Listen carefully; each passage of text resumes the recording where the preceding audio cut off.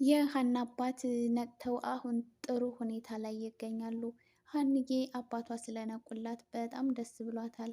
ሰላምና ምናሴም ደግሞ በማንኛውም ሰዓት ከጎንሽ ነን ብለው እናታቸውን ትተው ከሀና ጎን ስለሆኑ በጣም ነው ደስ ያለኝ። ሀናም በጣም ደስ ብሏታል ከጎኗ ሰው ስላለ። አሴር አባቱን ማለትም እንጀራ አባቱን ሄዶ በተኛበት እኔ ገንዘብ ካልሰጠኝ እዚሁ ገለሃለሁ፣ ስለዚህ አሁን ገንዘቡ በጣም ያስፈልገኛል፣ ገንዘቡን ትሰጠኛለህ ወይ ወይስ አትሰጠኝም? በማለት እንጀራ አባቱን አስፈራራው። ገንዘቡን የፈለገው የሀንዬ አባት እንግዲህ በጣም ከባድ ሁኔታ ውስጥ ስላሉ ለእነሱ ለማሳከም ስለፈለገ ነው።